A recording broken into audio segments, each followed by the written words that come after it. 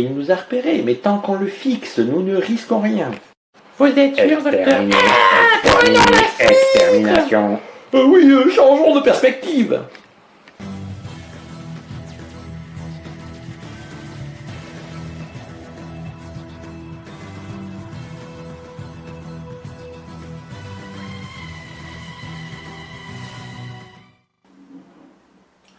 Comme nous le disions dans la vidéo d'introduction, on ne peut pas dessiner des solides qui sont en 3D sur la surface d'une feuille de papier qui, elle, est en 2D. Par contre, on peut les représenter. Et pour cela, on utilise une technique en trompe-l'œil, une des techniques de perspective. Il en existe plusieurs. Celle généralement utilisée en art plastique s'appelle perspective avec point de fuite. Elle correspond à la vision naturelle des objets, à savoir plus un objet est éloigné et plus il a l'air petit, plus un objet est rapproché et plus il a l'air grand. En mathématiques, on va utiliser un autre style de perspective qui s'appelle la perspective cavalière. Mais commençons par une petite animation sur la première qui est faite avec le logiciel SketchUp car ce logiciel utilise la perspective avec point de fuite. Pour mieux se repérer, il y a un repère avec l'axe des abscisses en rouge, l'axe des ordonnées en bleu et l'axe qui part vers le point de fuite en vert. On va dessiner un rectangle sur l'axe des abscisses X et l'axe des ordonnées Y, ce sera donc la face avant. L'idée est de faire un pavé exagérément long pour qu'on voit bien qu'il va donc partir vers le point de fuite, vers le fond là-bas. Donc je vais attraper l'outil qui permet de faire ça et je vais étirer de manière très exagérée pour qu'on voit bien l'idée que quand il y a une perspective avec point de fuite, les objets en quelque sorte s'écrasent car plus on est loin, plus c'est petit. Ce que l'on voit ici comme écrasé est en fait un pavé. Les objets mathématiques sont des objets imaginaires. Donc, essayer de les représenter comme des objets réels et utiliser la technique avec point de fuite pour le faire serait un petit peu étrange en fait. Il existe une technique mathématique de représentation en perspective qui s'appelle la perspective cavalière. Cette technique utilise les propriétés des objets. Elle va représenter non pas leur forme, mais leurs propriétés mathématiques. Par exemple, les objets qui sont parallèles seront tracés de manière parallèle. Ce qui n'est pas du tout le cas avec la perspective avec point de fuite, car les arêtes d'un cube sont parallèles et quand on les représente, elles ont tendance à fuir vers le point d'horizon et donc ne sont pas tracées parallèles. Nous allons regarder une petite animation où nous allons tracer ensemble un cube en perspective cavalière sur une feuille à carreaux. Nous allons représenter sur cette feuille à carreaux un cube de 5 carreaux de côté. La face avant est un carré que nous allons représenter en vraie dimension. Donc un carreau, 5 carreaux, pardon, un carré de 5 carreaux de côté. Je me sers des lignes de la feuille pour tracer des angles droits. Ensuite, il va y avoir la face du dessus et la face de ce côté qui vont comme rentrer dans la feuille. C'est ce qui correspondait à la direction qui allait vers le point de fuite quand on dessinait avec une perspective avec point de fuite loin à l'horizon. Pour dessiner un angle de 90 degrés qui rentre dans la feuille, on va tracer un angle de 45 degrés, c'est-à-dire qu'on va partir selon la diagonale des carreaux. Donc ça va partir dans cette direction sur l'ensemble de ces arêtes.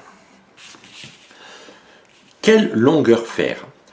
Pour donner l'impression de la 3D, on va diviser ces longueurs par deux.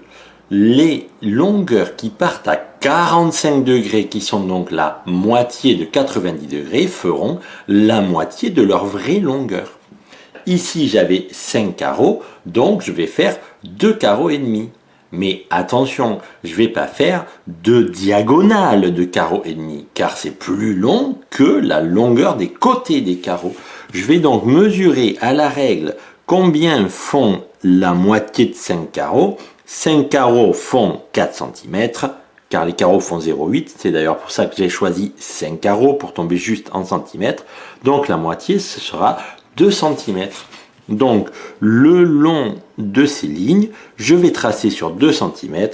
Eh bien, je suis allé un petit peu trop loin. Donc je le gomme. Et je vais tracer 2 cm dans ces directions-là. Ici. Ensuite, ici. Hop, excusez-moi, j'avais bougé ma règle. Et ensuite, ici. Voilà. Il ne me reste plus qu'à relier les arêtes du fond.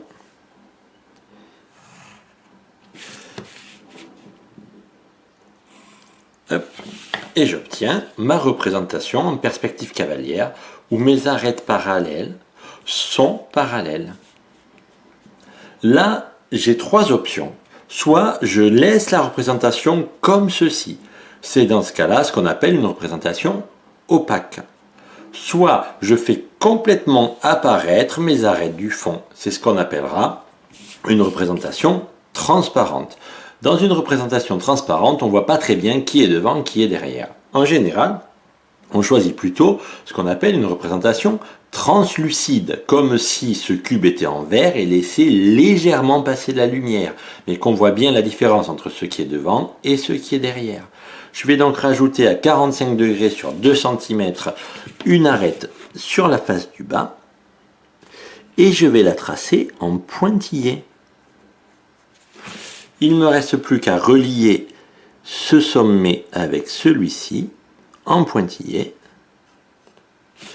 et ce sommet avec celui-ci en pointillé.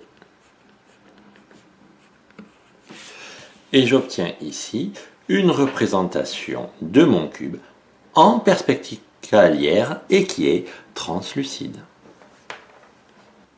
Les principes de base de la perspective cavalière sont en fait assez simples, mais ils demandent de l'entraînement et de la répétition pour bien fixer les idées.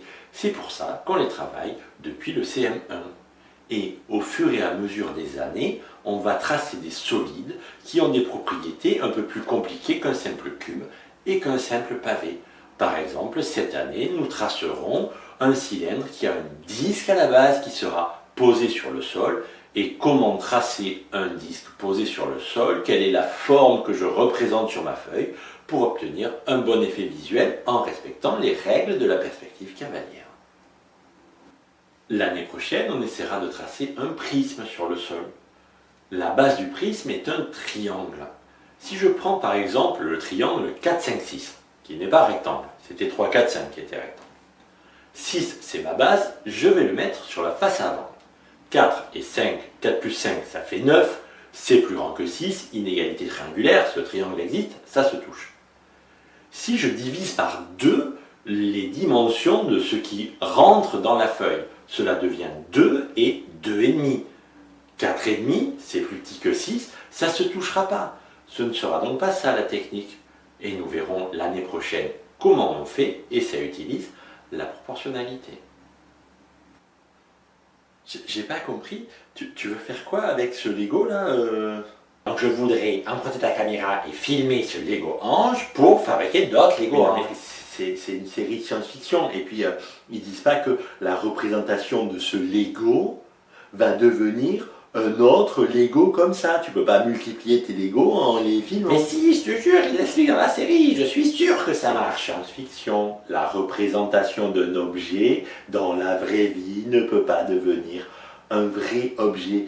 Ils disent aussi que si tu le regardes pas, ben, il se rapproche et il va t'attraper, etc., etc. L'image d'un ange devient un ange. Oui, c'est ça, oui, c'est ça. Bon, écoute, il faut que j'aille au collège là parce que j'ai cours en présentiel aussi.